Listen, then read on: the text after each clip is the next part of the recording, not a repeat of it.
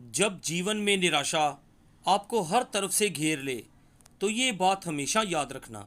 दोस्तों, एक बार क्या होता है कि एक हंस अपने साथियों से बिछड़ गया और जब वह हंस अकेला सरोवर में रह जाता है तो कुछ पक्षियों ने उस हंस को अकेला देखकर उस हंस के ऊपर हमला कर दिया। जब उस हंस के ऊपर हमला कर दिया तो हमला होने के बाद हंस इतना घायल हो जाता है कि उड़ने की स्थिति में नहीं होता। हंस घायल अवस्था में पड़ा हुआ था। इधर क्या होता है कि उस राज्य का जो राजा होता है उसके दिमाग में बहुत बड़ी समस्या भरी हुई थी। अब उस समस्या का कहीं भी हल नहीं हो पा रहा था।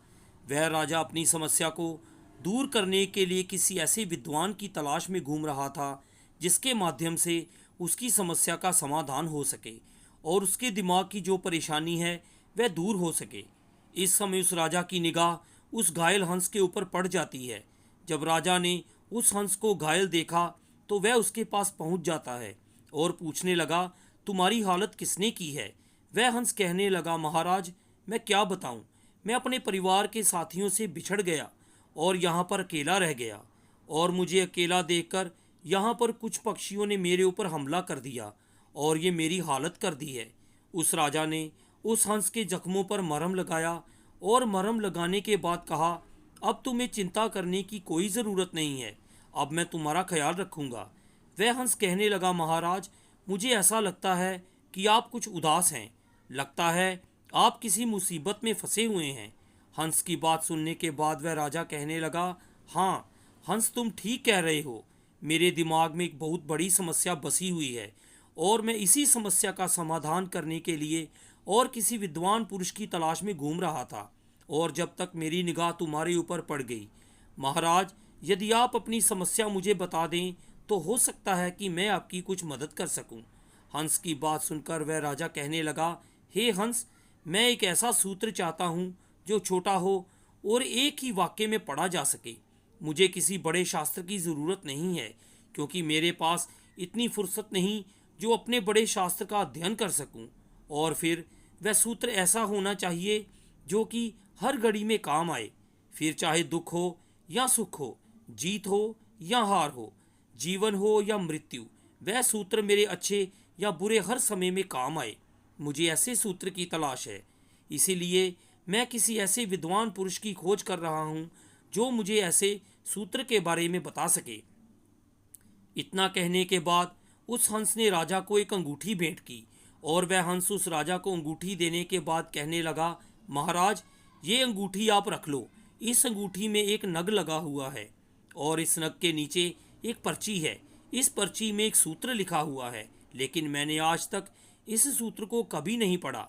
मुझे भी एक सत्पुरुष ने ये अंगूठी भेंट की थी और मुझे ये कहा था, जब जीवन में सबसे बुरा वक्त आ जाए तो इस अंगूठी को उस दिन तोड़ना और तोड़ने के बाद इस नग के नीचे एक पर्ची है। इस पर्ची में कुछ लिखा हुआ है, इसको तुम पढ़ लेना और तुम जैसे ही इस पर्ची में लिखा हुआ सूत्र पढ़ोगे तो समझ लो तुम्हारी समस्या दूर हो जाएगी। हंस कहने लगा, महाराज, मेरे जीवन में आज तक ऐसा कोई समय नहीं आया कि मैं इस अंगूठी को तोड़ के और वह पर्ची निकालता और फिर उस पर्ची पर क्या लिखा था वह पढ़ता। महाराज, आज आपने मुझे मरने से बचाया है, इसीलिए ये अंगूठी मैं आपको भेंट कर रहा हूँ क्योंकि आपको राज्य की रक्षा करनी है, इसीलिए इस अंगूठी को आप रख लो। और महाराज, आप मुझे एक वचन दो कि आप इस अंगूठी में रखी हुई पर्ची को नहीं निकालेंगे और जिस दिन आपके जीवन में सबसे बुरा वक्त आ जाए, यानी कोई उपाय शेष ना रहे, आप हर प्रकार से असफल हो जाओ, केवल उस दिन ही इस अंगूठी में रखी हुई पर्ची को निकालेंगे और उस दिन उस पर्ची में क्या लिखा है वह पढ़ेंगे। महाराज, मुझे पूरा विश्वास है कि इस पर्ची में कोई ऐसा राज छुपा हुआ है जो कि मुझे ये उस सत्पुरुष ने बात कही थी कि ये पर्ची उस दिन ही खोल के पढ़ना जिस दिन मेरी ज़िंदगी में कोई सबसे बुरा दिन आ जाए। लेकिन महाराज, आज तक मेरी ज़िंदगी में कोई ऐसा बुरा दिन आया ही नहीं जो कि मुझे इस पर्ची की आवश्यकता पड़ती, इसीलिए ये बात मुझे भी ये मालूम नहीं कि आखिरकार इस पर्ची में क्या लिखा हुआ है। वह हंस कहने लगा, महाराज, मैं जाते जाते अपनी बात को एक बार फिर दोहरा रहा हूँ क्योंकि ये सूत्र बड़ा ही बहुमूल्य है। अगर इसे अपने साधारणता खोल लिया और पढ़ा तो ये अर्थहीन हो जाएगा। राजा ने वह अंगूठी अपनी उंगली में पहनी और बरसों बीत गए। कई बार राजा के मन में जिज्ञासा उठी कि मैं एक बार इस पर्ची को पढूं, आखिरकार इस पर्ची में क्या लिखा हुआ है। जैसे ही वह अंगूठी को तोड़ने की कोशिश करता, वैसे ही उसके मन में हंस को दिया हुआ वचन याद आ जाता कि यदि आपने किसी बुरे समय से पहले ही इस अंगूठी को तोड़कर ये पर्ची पढ़ी तो इसमें जो सूत्र लिखा हुआ है वह आपके लिए अर्थहीन हो जाएगा, फिर आपके वह किसी काम का नहीं रहेगा। तो राजा उस डर की वजह से उस अंगूठी को नहीं तोड़ना चाहता था। अब एक दिन ऐसा समय आ गया कि काफ़ी वर्षों के बाद एक युद्ध हुआ जिसमें वह राजा युद्ध हार गया। उसके सारे सैनिक मारे गए। 2-4 सैनिक ही उसके साथ शेष बचे थे। वह भी उसे राजा को साथ छोड़कर भाग गए। उसका सारा राज छिन गया। अब तो वह राजा अकेला पड़ गया। अब वह अपने प्राण बचाने के लिए भागता है तो भागते भागते भागते ऐसे स्थान पर पहुंच जाता है जहां पर केवल एक बहुत बड़ा सरोवर नजर आ रहा था। ना आगे जाने का रास्ता था, ना पीछे हटने का रास्ता था, क्योंकि वो राजा आगे को बढ़ता है तो निश्चित ही आगे डूबकर दलदल में मर जाएगा, और यदि पीछे हटता है तो उसके पीछे दूसरे राजा के सैनिक पड़े हुए थे जो उस राजा का पीछा कर रहे थे। जब उस राजा को अपने आगे और पीछे दोनों तरफ अपनी मौत नजर आ रही थी तो राजा एक पल के लिए शांत हो जाता है, और जैसे ही शांत हुआ तो उसे अचानक उस अंगूठी की याद आ गई जो हंस ने उसे भेंट की थी और उससे कहा था कि जीवन का जिस दिन सबसे बुरा दिन आ जाए तुम इस अंगूठी को तोड़कर इसमें जो पर्ची है उस सूत्र को पढ़ लेना तो तुम्हारे सब संकट दूर हो जाएंगे।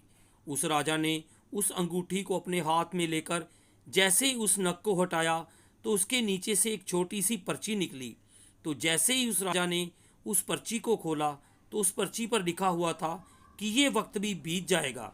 जैसे ही उस राजा ने उस पर्ची को पढ़ा वह भी वक्त बीत जाएगा, और उस सूत्र को पढ़ते ही उस राजा के चेहरे पर एक मुस्कुराहट सी आ गई और उसके चेहरे पर एक बात का ख्याल आया कि सब तो बीत गया, मैं राजा नहीं रहा, मेरा सारा राज्य छिन गया, मेरे सारे सुख के दिन भी बीत गए, और जब सुख बीत जाता है तो दुख भी स्थिर नहीं हो सकता। अगर मेरा सुख चला गया तो मेरा दुख भी जाएगा। अब राजा मन में सोचने लगा कि शायद सूत्र ठीक ही कहता है, अब करने को कुछ भी नहीं है। लेकिन सूत्र ने उसके भीतर कोई सोया हुआ तार छेड़ दिया कि ये भी बीत जाएगा। ऐसा ज्ञान होते ही जैसे सपना टूट गया और वह राजा घोड़े से उतरकर नीचे शांत होकर बैठ जाता है, और वह मन में विचार करने लगता है कि ये सूत्र शायद ठीक ही कहता है कि अब करने को कुछ भी नहीं है।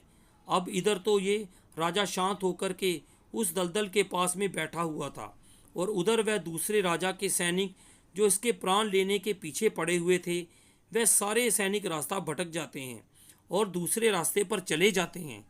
कुछ समय बाद वह राजा शांत होकर अपने किसी सुरक्षित स्थान पर चला जाता है और मन में एक ही बात सोचता है कि आज मेरा सब कुछ छिन गया है, मेरा बुरा वक्त है।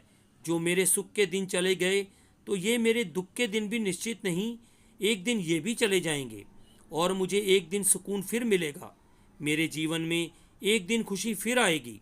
ये सोचकर राजा एक सुरक्षित स्थान पर चला जाता है, और जाने के बाद जब कुछ बरस बीत जाते हैं तो उसने धीरे धीरे करके अपनी फौज इकट्ठी की, अपने सैनिक एकत्रित किए, और उसने उस दूसरे राजा पर फिर से हमला बोल दिया, और उसने उस राजा को हरा दिया और हरा करके अपना सारा राज्य वापस ले लिया। वह फिर से उस राज्य का राजा बन जाता है, और राजा बनने के बाद जब वह उस सिंहासन पर बैठा तो मन में विचार करने लगा कि आज मेरे सामने कोई नहीं है, कि मेरे तो बुरे दिन बीत गए, मेरे अच्छे दिन फिर से आ गए।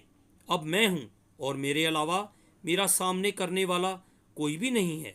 उस राजा के मन में एक बार फिर घमंड आ जाता है और वह अपने सामने किसी को कुछ नहीं समझता है।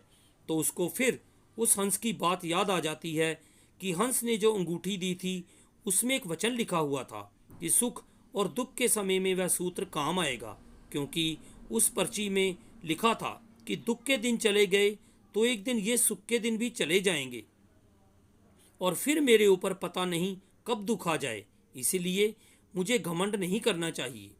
तो दोस्तों, जीवन में घमंड करने वाले हमेशा टूट जाते हैं, बिखर जाते हैं। हमें इस कहानी से ये शिक्षा मिलती है कि जब हमें ये बात ठीक से मालूम है कि एक दिन ये सब कुछ बीत जाएगा, तो फिर किस बात का घमंड, किस बात का अकड़ना और कैसा गर्व। ये जवानी एक दिन बीत जाएगी, सब कुछ नष्ट हो जाएगा। इसलिए हमें घमंड नहीं करना चाहिए। जो लोग घमंड करते हैं उनका जीवन बर्बाद हो जाता है। ना जवानी रहेगी और ना बुढ़ापा रहेगा। तो दोस्तों, आपको ये कहानी कैसी लगी, कमेंट बॉक्स में ज़रूर बताएं। कहानी को लाइक, शेयर और चैनल को सब्सक्राइब करना ना भूलें। धन्यवाद।